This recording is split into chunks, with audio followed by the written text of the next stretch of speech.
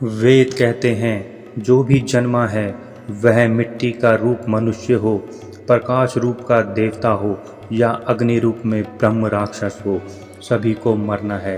यह अलग बात है कि कोई 100 वर्ष में मरकर दूसरा जन्म ले लेता है और कोई 1000 वर्ष तक जिंदा करने के बाद दूसरा शरीर धारण कर लेता है।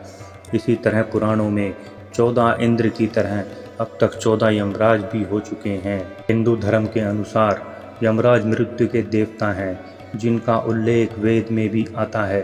विश्वकर्मा की पुत्री संज्ञा से भगवान सूर्य के जुड़वा पुत्र पुत्री यमराज और यमुना उत्पन्न हुई।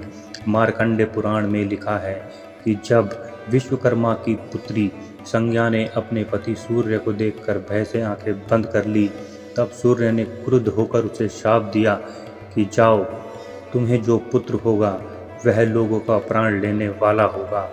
इस पर संज्ञा ने उनकी ओर चंचल दृष्टि से देखा। तब उन्होंने कहा कि तुम्हें जो कन्या होगी वह इसी प्रकार चंचलता पूर्वक नदी के रूप में बहा करेगी।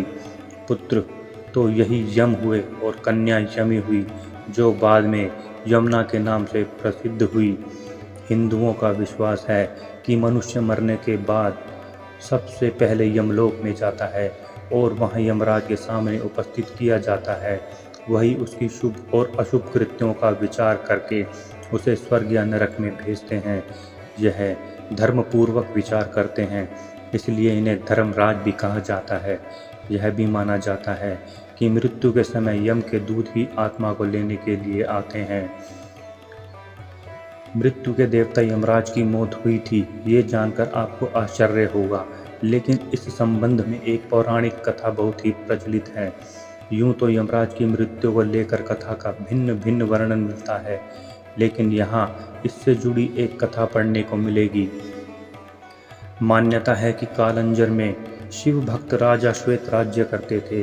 वृद्ध होने पर उन्होंने अपना राजपाट बेटे को देकर गोदावरी नदी के तट पर एक गुफा में शिवलिंग स्थापित किया और वहां शिव की आराधना में लग गए। वे राजा श्वेत से महामुनि श्वेत बन गए थे। शिव की आराधना में लीन श्वेत मुनि को आभास नहीं हुआ कि उनकी आयु पूरी हो चुकी है। मृत्यु निकट आई तो यमदूतों ने मुनि के प्राण लेने के लिए जब गुफा में प्रवेश किया तो गुफा के द्वार पर ही उनके अंग शिथिल हो गए। वे गुफा के द्वार पर ही खड़े होकर श्वेत मुनि की प्रतीक्षा करने लगे। कहा जाता है कि जब यमदूत बलपूर्वक श्वेत मुनि को वहां से ले जाने लगे तो वहां श्वेत मुनि की रक्षा के लिए शिव के गण प्रकट हो गए। भैरव ने यमदूत मृत्युदेव पर डंडे से प्रहार कर उन्हें मार दिया। इधर जब मृत्यु का समय निकलने लगा तो यमदूतों ने कांपते हुए यमराज के पास जाकर सारा हाल सुनाया। मृत्युदेव की मृत्यु का समाचार सुनकर यमराज क्रोधित हो गए और यमदंड लेकर भैंसे पर सवार होकर अपनी सेना के साथ वहां पहुंचे। यमराज बलपूर्वक श्वेत मुनि को ले जाने लगे। तब सेनापति कार्तिकेय ने शक्ति अस्त्र से यमराज पर छोड़ दिया, जिससे यमराज की भी मृत्यु हो गई। भगवान सूर्य के पास पुत्र की मृत्यु का समाचार पहुंचा तो सूर्य देव ने इस समस्या के समाधान के लिए भगवान विष्णु के पास गए। विष्णु भगवान ने शिव की तपस्या कर उन्हें प्रसन्न करने का सुझाव दिया।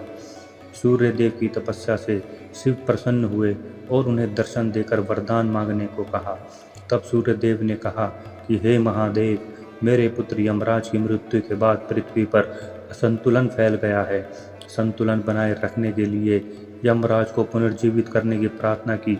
भगवान शिव ने नंदी से यमुना का जल मंगवाकर यमदेव के पार्थिव शरीर पर छिड़का, जिससे वह पुनः जीवित हो गए और सृष्टि का संचालन फिर उसी प्रकार चलने लगा। तो मित्रों, आशा करता हूँ कि यह जानकारी आपको अच्छी लगी होगी। इसी प्रकार की और जानकारियाँ पाने के लिए हमारे चैनल को लाइक शेयर सब्सक्राइब अवश्य करें। फिर मिलते हैं अगली वीडियो में नई जानकारी के साथ। तब तक के लिए जय हिंद, वंदे मातरम।